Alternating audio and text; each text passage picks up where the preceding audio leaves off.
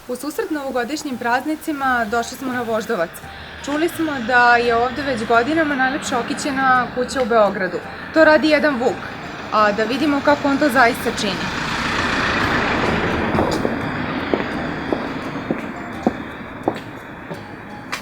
Dobar dan. Zdravo. Jesmo na pravom mestu? Pa, znate što tražite? Rekli su nam da je ovde najlepše okićena kuća u Beogradu, da se nalazi na ovoj adresi. Onda ste na pravom mestu, definitivno. Nije još uvek okićena, ali bit će svakako. To je opasno. Pa, delimično može biti da, ali kad se pazi, sve bude u redu. Izvolite ako želite da malo popričamo kako napraviti. Ukrašavanje kuće više nije samo njegova sreća, već nešto što željno iščekuje celi grad. Ta očekivanja su nekako već postala velika, što je naravno lepo i lepo je što je to moje delo i sam taj događaj, to svečano paljenje sjelice, nekako samo sebe izgradilo i postalo veliko godinama, tako što su ljudi čuli da se pale te sjelice na toj kući, sve više i više ljudi je poželjelo da tome prisustuje, da to vidi. Čak se jako često desi da mi ljudi pitaju, a smijem ja, čak ljudi koje znam i prijatelji, a smijemo mi da dođemo na paljenje sjelice? Kaže, kako ne biste smeli, mislim, to je ono javni događaj, da tako kažem. Tako da, baš je postalo veliko i nekako lepo je to, zato što prosto to je taj ceo duh novogodišnjih praznika, tu nema ništa ni loše, ni negativno, ni ničega što može da bude na bilo koji način protumačeno pogrešno. Prosto ljudi dođu da uživaju i da vide neki lep prizor i to je super. Da se lako pomisliti kako Vuk ode u prodavnicu i iz jednog puta kupi gomilu ukrasa kojima okiti celu kuću. Naprotiv, on mudro čeka sniženja, a kolekciju pravi godinama. Od svih ukrasa najstariji, odnosno mogu reći da ima neku najveću sentimentalnu vrednost, je ovaj ukras koji stoji ovde, to je ukras koji sam ja napravio sam od mašne od Ferrero kugle, ranije su Ferrero kugle imala ovako platnenu mašnu i broša koji je pripadao mojoj prabaki. Tako da je to baš onako poseban ukras. 2005. godine prvi put mu je dodeljena nagrada za najlepšu okićenu kuću u Beogradu. To je bio i poslednji put, jer od tada konkursa više nije bilo.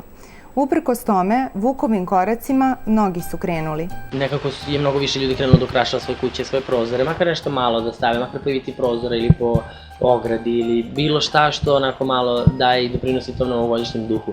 Tako da je to mnogo lepo, baš u mom kraju, u produžetku moje ulice, postoji jedna kuća koju dva brata komšije ukrašavaju već isto nekoliko godina i oni se onako baš trude i ukrašena im je cela kuća, krov, drveće, ograda, onako baš jedna kompletna priča kao kod mene, tako da eto, nas nazivaju tu nekim rivalima komšijskim, ali zapravo mislim, upoznali smo se isto pre par godina i hvalimo jedni drugi, tako, podržavamo se.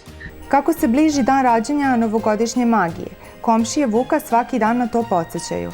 Jedni mu kucaju na prozor, drugi ga dovikuju s ulice, dok se ostali dovijaju na različite načine kako bi saznali kada će sjelice konačno zasvetliti. Ljudi zovu, nađu broj fiksnog telefona, zovu da pitaju kad je paljenje sjelica, dok ja radim napolju svako ko prođe komšija, kad će paljenje sjelica, kad će. Tako da onako nastaje uvek neka energija i zagrevanje za to, svi se pitaju kada će. Ostavljamo Vuka da se priprema za tradicionalno paljenje sjelica. Ipak, ostalo je još samo nekoliko dana, a ideja i posla je mnogo.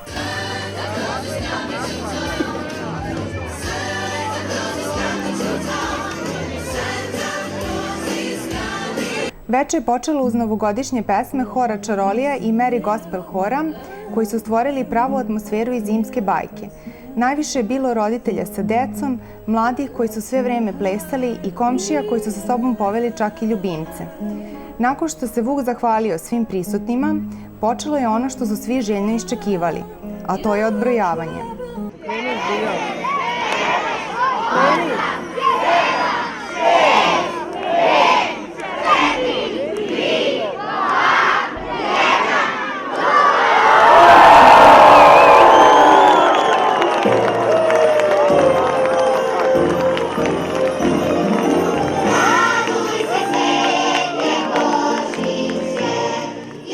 Iako je Vuk odradio glavni deo posla, bez Deda Mrazovih pomoćnika ovo veče ne bi moglo da prođe savršeno. Komšije su spremale rakiju, a čokoladice i sokovi čekali su najmlađi. Sudeći po reakcijama prisutnih, Vuk može zadovoljno da odahne do sledeće godine. Oduševljeni, neki od njih su ceo život priželjkivali da vide ovakav prizor. Bilo nam je fenomenalno, ja sam ovde prvi put, oduševljena sam. Kuću sam videla samo na slikama na internetu, inače ovo je stvarno prelepo. Ideja je fenomenalna. A tebi, hoćeš doći ponovo? Naravno, bila sam i prošle godine, ovaj drugi put dolazim sa prijateljima i sledeće godine sigurno, pošto je sve super organizovano i svake godine Vuk daje neke nove ideje i svaka čast na tome. Pa jako je lepo kada neko misli na ove najmlađe, kao što je Vuk.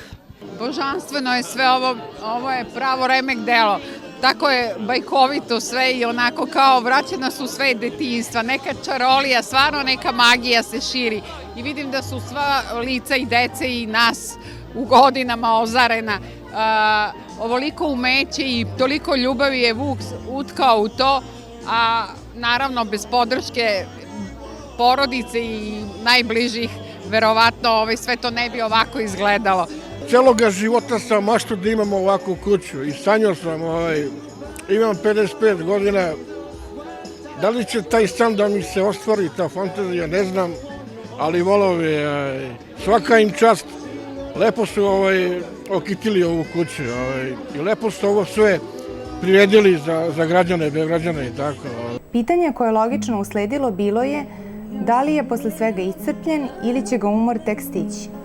Veoma, nadam se da se ne vidi mnogo, ali ovo je bio jedan jako naporan i zahtevan zadatak koji sam, čini mi se, opet uspeo da obavim. Mislim da je sve prošlo baš onako kako je bilo zamišljeno i mislim da je bilo jako lepo, meni je srce puno, nadam se da će svi odavde poneti večeras jednu lepu uspomenu.